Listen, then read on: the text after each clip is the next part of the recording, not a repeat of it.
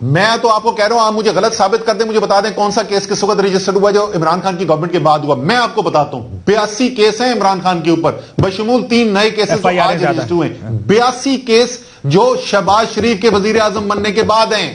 کیا بات کر رہے ہیں سر؟ ان کے عمران خان کے خلاف تمام کیسز ان کے بنے ہوئے ہیں.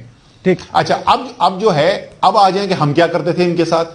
وہ ایشو نہیں ہے سر. 2 دفعہ تو اسلام آباد پہنچے، وہ ایشو نہیں ہے. آپ کوئی پرچہ نہیں کٹا، کوئی برکت. کاشف تھوڑی سی تو بات کاشف آج تھوڑی سی سن لینا بھائی. آج مجھے پتا ہے کہ آپ کو بڑے اچھے خیالات ہیں آج، لیکن میری نہیں وہ ابھی، لیکن آپ لوگوں کا پرابلم نہیں ہے. آپ کی حمایت کرتے رہو تو بندہ اصولی صرف اس ٹائم ہوتا ہے جب آپ کی مرضی کی بات کرے. اسد صاحب ویسے بڑا افسوس ہوا مجھے، لیکن چلے مجھے بھی آپ سے کوئی بالکل پریشانی نہیں ہے. I am not surprised at all at what you're saying, but please finish. اچھا بھائی جان، میں نے آپ کو صرف یہ کہا کہ آئی ایم شیور آپ کے پاس بڑے اچھے خیالات ہیں آج بات کرنے کے لیے، لیکن مجھے مکمل کرنے دیں اپنی بات. میں تو صرف یہ کہہ رہا ہوں، میں آپ کو ڈیسائڈ تھوڑی کر رہا ہوں. میں یہ کہہ رہا ہوں بھائی جان کہ اسلام آباد کے اندر میں بھی سیاست کرتا رہا ہوں. ہماری بھی 3 سال 8 مہینے حکومت رہی ہے. مجھے بتا دیں ایک مسلم لیگ نون کا ورکر جس کے خلاف معصومانہ ترین کو پرچہ کٹوایا ہو ہماری حکومت نے.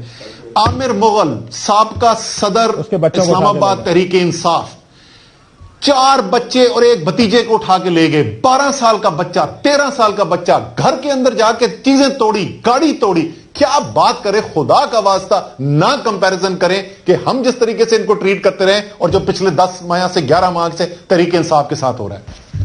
نہیں، میں تو اب میرا خیال ہے میں پھر ایک دفعہ سمجھانے کی کوشش کرتا ہوں.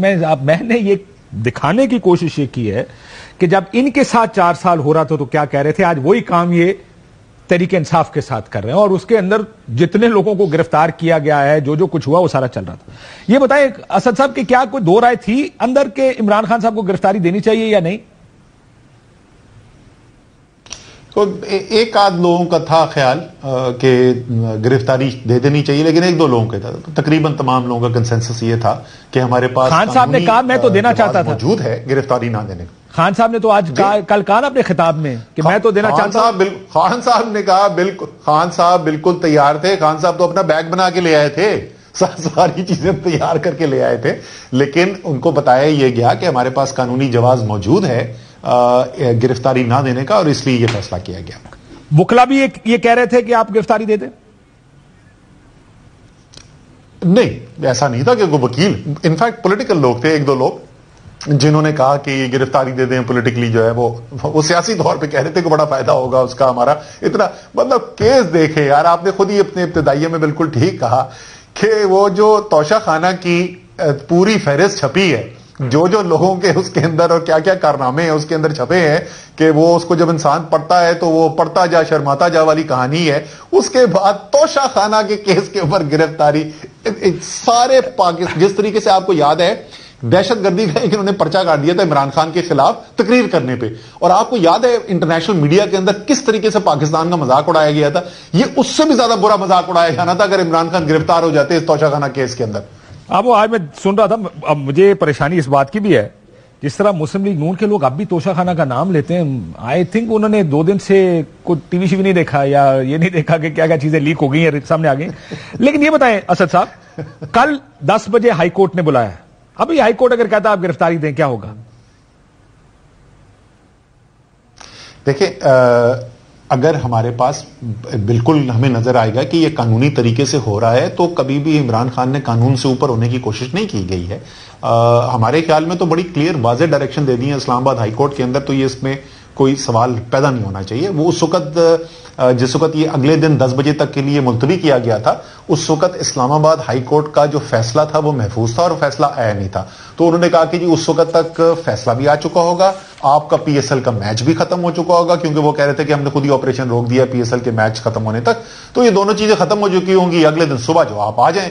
اس پہ انہوں نے کہا کہ نہیں جی اگر وہ آ گیا اسلام آباد کا تو پی ایس ایل میچ کے بعد ہم شروع کر سکتے ہیں. تو انہوں نے کہا یار یہ کوئی غیر ملکی ہیں، یہ کوئی باہر بھارت سے آئے ہوئے ہیں جو بھاگ جائیں گے کل صبح تک، یہ پاکستانی ہے یار جو تمہارے سامنے بیٹھے ہوئے. تو اس لیے ہمارے خیال میں اس کے بعد جب فیصلہ آیا اسلام آباد ہائی کورٹ کا بڑا واضح اس کے اندر ڈائریکشن دے دی ہے کہ وہ 76 کی اپلیکیشن ان کی جو ہے وہ آپ دے دیں، شیورٹی سے اپنے آپ کو سیٹسفائی کر دیں کہ وہ شیورٹی ٹھیک دی جا رہی ہے. سر یہ جو پیٹرول بم استعمال ہوا اس کے بارے میں آپ کا کیا خیال ہے؟ دیکھیں پیٹرول بم استعمال ہونا جو ہے وہ خطرناک چیز ہے اور اس میں کوئی شک نہیں ہے.